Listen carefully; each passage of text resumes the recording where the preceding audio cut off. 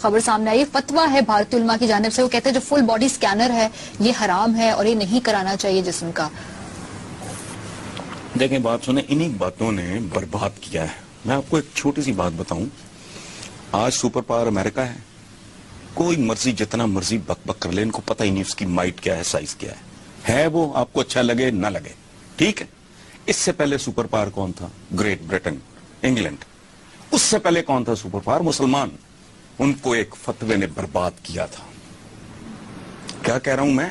ایک فتوے نے، اور فیکٹرز بھی ہوں گے، لیکن شیخ الاسلام کے ملاؤں کے ایک فتوے نے مسلمانوں سے ان کے سپر پاور ہونے کا سٹیٹس چھینا. یہ ذہنیت مجرموں کی ہے. یہ کل تک کہتے تھے تصویر حرام، اب تھوبڑے لے کے ٹی وی پہ بھی بیٹھ جاتے ہیں. ٹھیک ہے، تصویر حرام ہے، ڈالر کے اوپر امریکن پریزیڈنٹ کی ہے، وہ ٹھسے ہوئے ہیں جیب میں، ٹھیک ہے، بوریاں بھری ہوئی ہیں ان سے. لاؤڈ سپیکر حرام ہے. اب سب سے زیادہ انہوں نے زندگی لوگوں کی اجیریں کی ہوئی ہے. ان کا چھوڑیں آپ. وہ جو میں کہہ رہا ہوں کہ مسلمانوں سے، مسلمان سپر پاور تھے، ان کا سٹیٹس چنا کیسے ہوا؟ کیا تھا؟ 1450 میں جرمنی میں پرنٹنگ پریس ایجاد ہوا اور وائرس کی طرح یورپ میں پھیل گیا.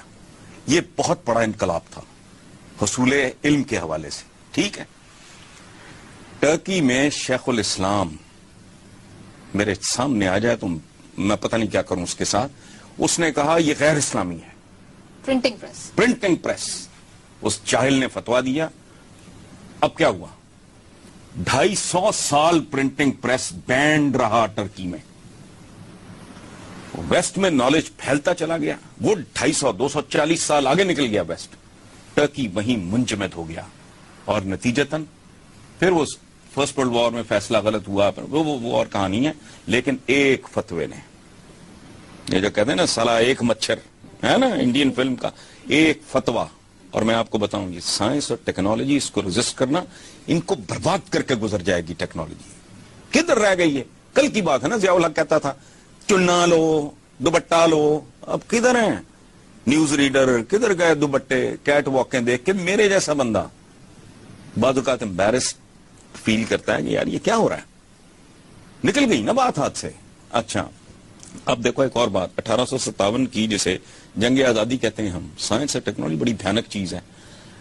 ایک اسکول آف تھاٹ یہ ہے کہ اگر اس وقت تک ٹیلی گراف ایجاد نہ ہوا ہوتا تو 1857 میں انگریز یہاں سے بھاگنے پہ مجبور ہو جاتا. لیکن ادھر میرٹھ میں وہ گینگ اپ ہوئے، ادھر ٹیلی گراف نے اطلاع. پھر وہ کہتے ہیں کہ اگر تھوڑی دیر پہلے یہ ایجاد ہو گئی ہوتی تو ٹائٹینک نہ ڈوبتا.